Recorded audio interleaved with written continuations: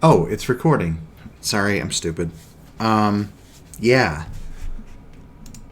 Okay, I guess this is part 3. But Luke, you said you weren't going to record anymore. Yeah, I don't know. I never know what I'm talking about, so don't listen to me. By the way, why did nobody tell me that my code was erasing the context? I am very angry at you, my audience. Even though it wasn't live and you didn't see it until I was... never mind that. Never mind that. I was able to restore it. This is why I write everything to a log file. Because if I screw up like that, file was loaded in the wrong encoding. What?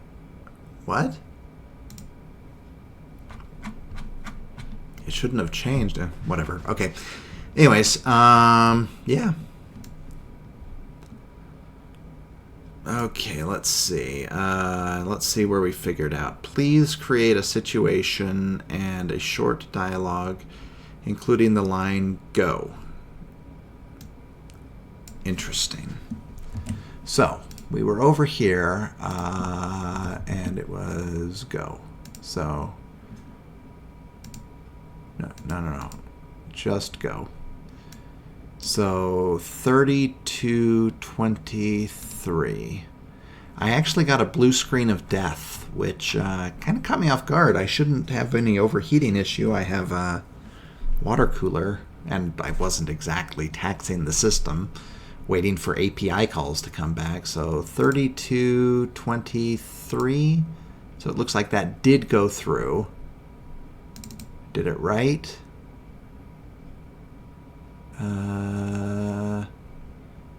Looks like it did not.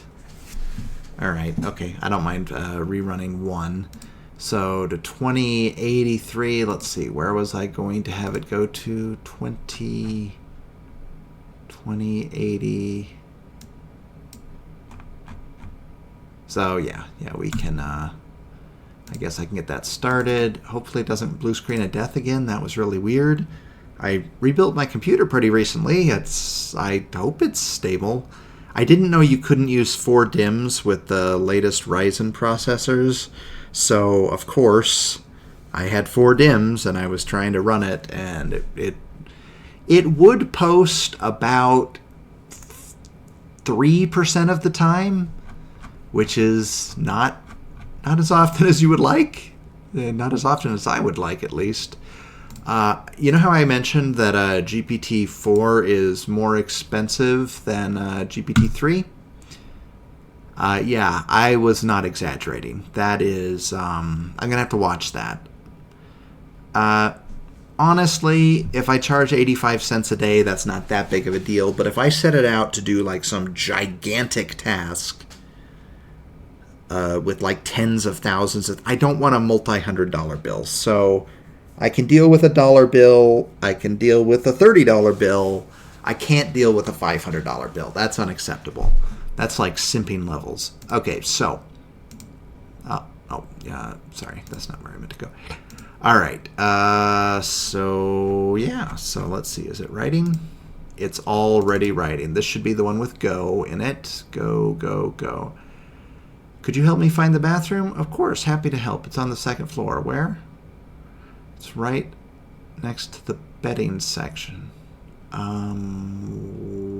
What? What is going on?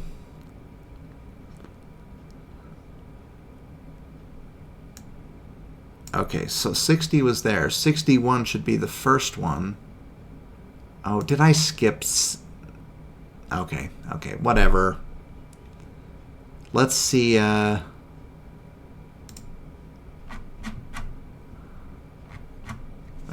what? I don't even care. It's generating, and I'm satisfied. So, we got to figure out what we're doing next. We need to have a scoring metric in place, and I don't think it's reasonable to expect a student to learn a word after a single administration. Whoa, what is going on here?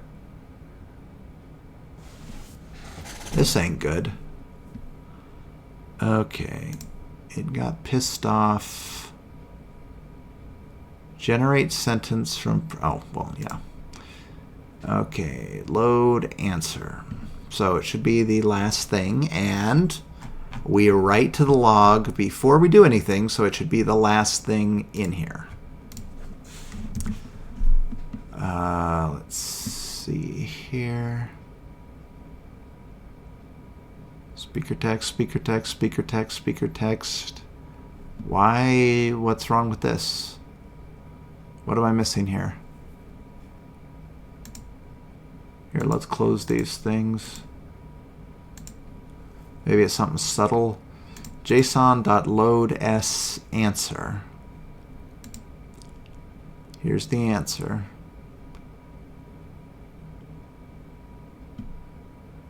Is this not properly formatted? Oh, shit.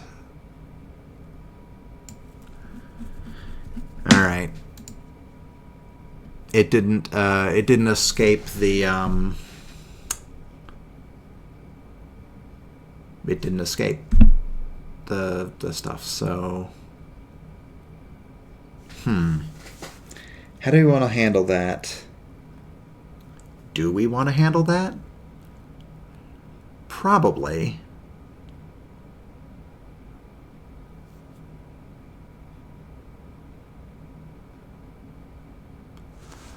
So there should be 1, 2, 3, 4.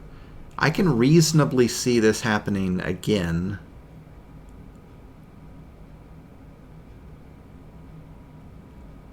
You know what?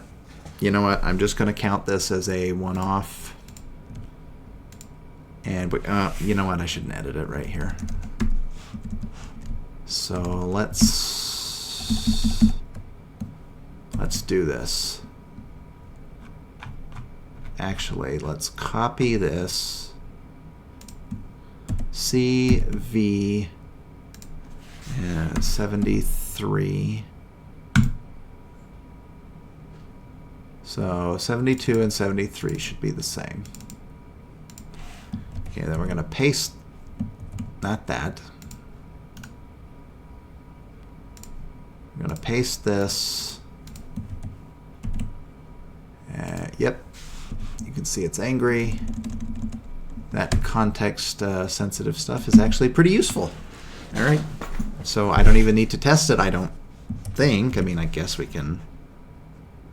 Python packages, Python console. So import JSON x equals that, and JSON.load_sx. It's still pissed. Expecting comma delimiter. Comma, comma, comma, comma. This is all kinds of screwed up, isn't it? Did I type it wrong? What's going on here? I thought I had fixed it.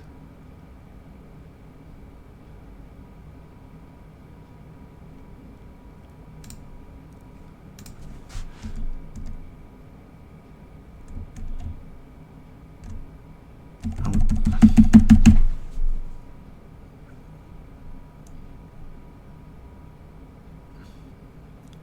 Well, I don't want bad prompts in here. So let's see. What was the word?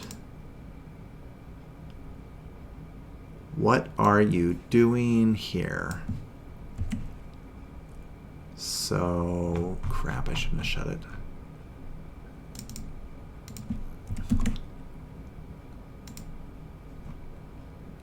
Okay, so 28, 20. Where's the cutoff?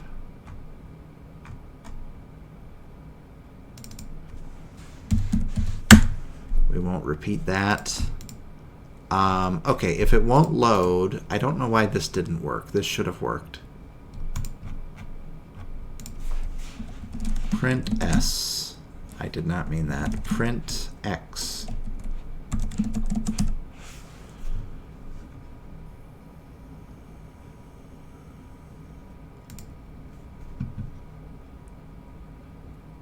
Oh, it interpreted my backslash as a literal. Okay. I think the JSON file is okay, but when I put it into the editor, it thought that I was escaping the backslash. Okay, it would have worked fine if I had switched it to a double backslash, I guess is what I'm trying to say. Which means it should be able to re-import it and go from here. Now, we're going to add quizzes in. I think the quiz should go like every fourth, and then we would have a set. So it would be dialogue, quiz, and then that would be one lesson. And then I think if we don't repeat a word multiple times, we cannot possibly reasonably expect the student to learn it. That doesn't make any sense. But it's also unreasonable to say that they have to repeat every word 3 times. Maybe it's not completely unreasonable. God, I gotta think about this. I want to avoid the situation where I basically have the same dialogue 3 times. I mean, that would be boring for a reader. I have to accept that the student is going to forget some things. Maybe I could count a day passing as like a break of 4, and then we just expect them to have forgotten it. But that seems unreasonable too. Okay.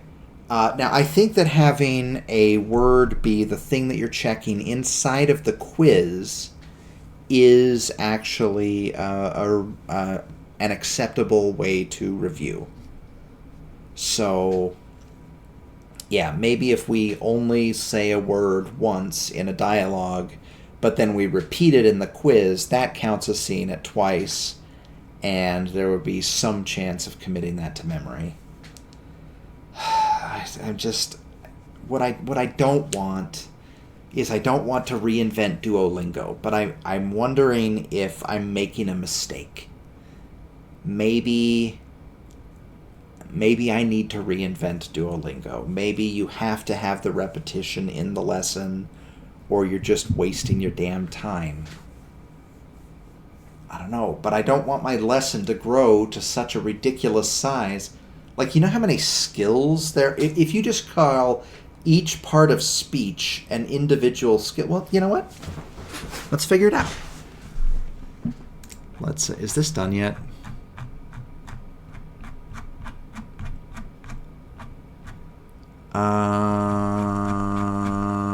Scratchpad.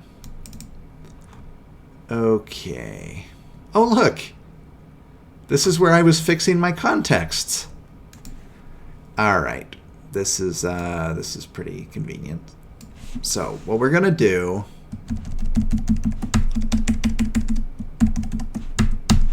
is we're going to come in here and we're going to go to raw dot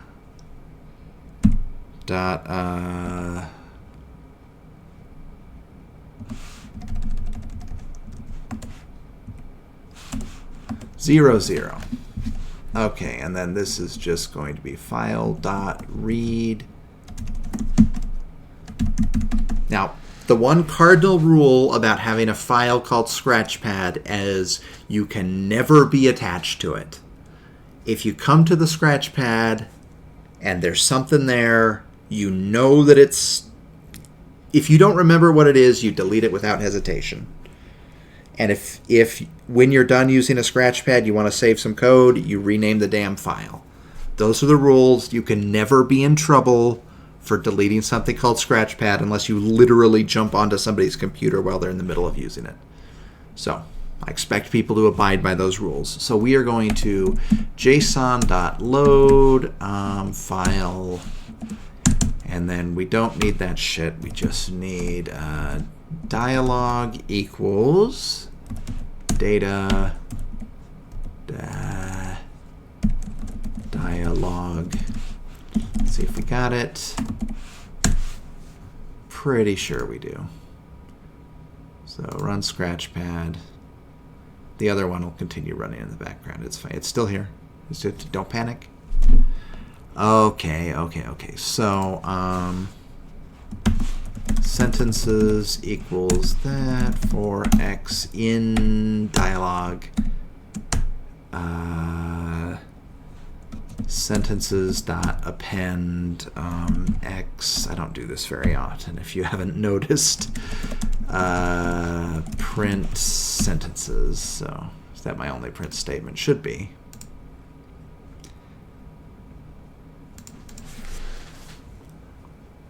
You know what? I know what I said, but maybe I was wrong. Maybe you really should repeat the skills that you expect to learn. I don't know how many times, 5 times, whatever. Maybe that is how you should do it.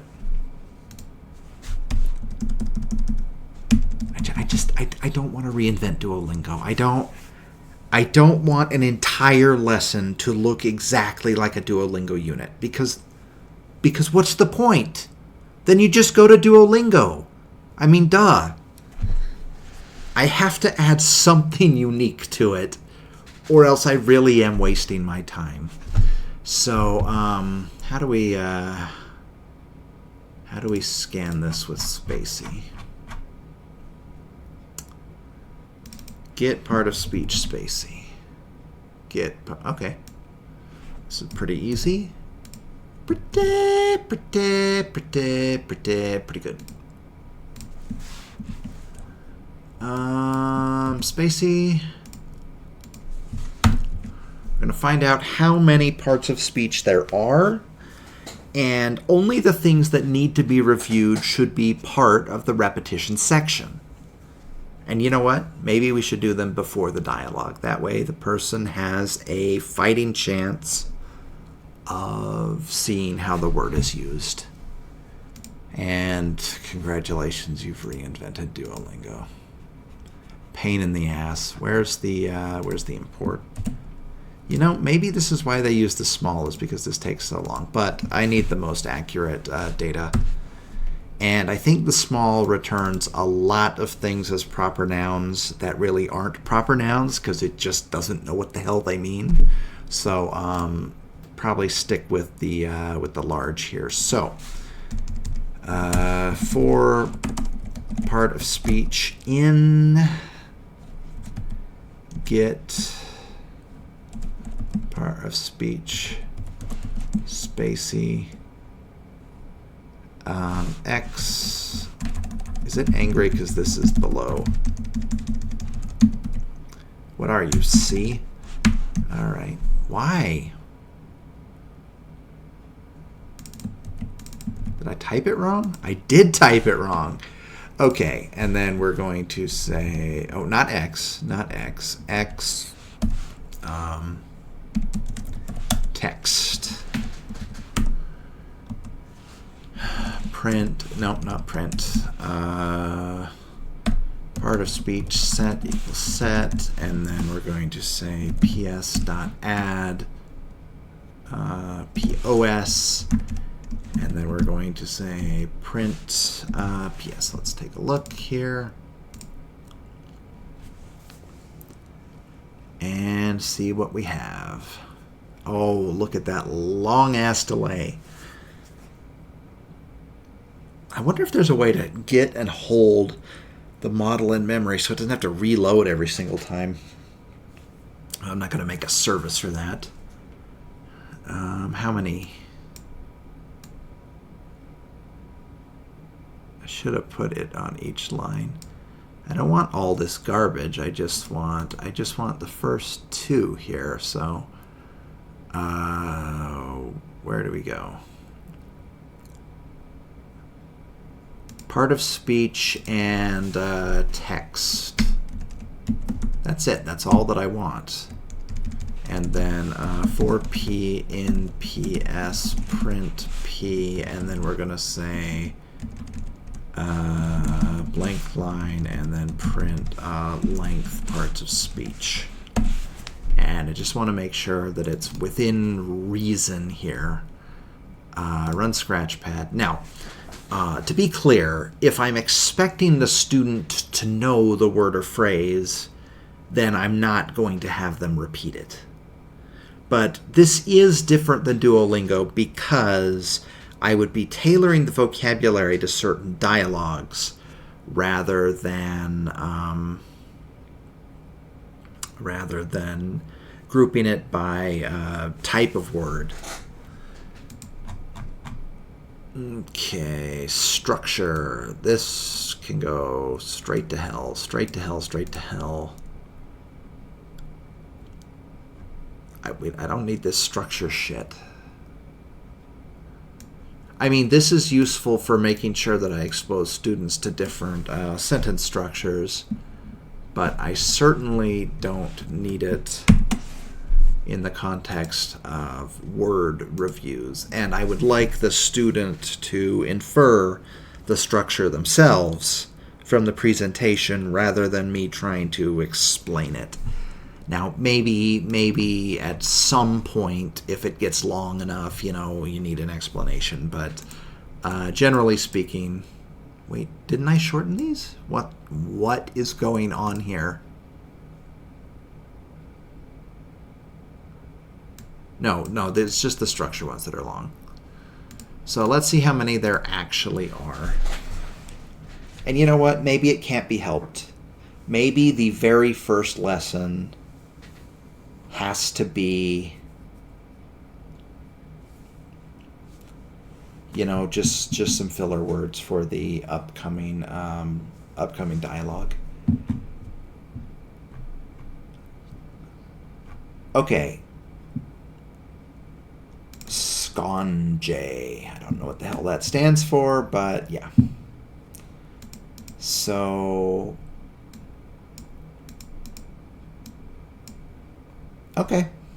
Okay. 26 items. On average, you have to repeat them 5 times. It would be 130 repetitions times 5 seconds each. I should be able to do that in my head. Where's my Python console? 26 times 5 seconds each divided by 60 seconds is 26 times 5 divided by 60. Really? That's it? Even if it was more like you spent 15 seconds on each, that's still like 6 minutes. That is not that much. I thought it took longer to learn that many words. Well, I'm not going to complain. Okay, so it looks like we have to have a structured vocabulary drill. We have to get them to a certain level on words before we can reasonably expect them to understand it. If at the end of a lesson their word level is below, 3 or something, we just have to count it as effectively 0. Because it's not reasonable. You can't expect a student to see a word one time and remember the word. That's ridiculous. Nobody can do that. I mean, maybe somebody with photographic memory, but I doubt somebody with photographic memory needs my damn tool. So, you know what? I'm suddenly feeling more confident about this. I was adamant that I didn't want vocab, but maybe I'm wrong. And you know what? Maybe this could replace the quiz. Maybe we don't need a quiz. Maybe we just need a word review. And perhaps when the absolute most basic words are being introduced, the filler words, things like you, him, it, there, maybe the first lesson is more vocabulary heavy. And I can dynamically adjust that. So any part of speech that is below, say, level 3, before you begin a dialogue goes into a vocabulary drill. And then based on the size of the vocabulary drill, it gets you up to speed, prepares you for the dialogue, and then you walk through the dialogue. You see the context, and I don't know, hopefully maybe you learn something. I'm suddenly feeling much better about this. All right, how do I get back to the other execution? Oh, I think it finished.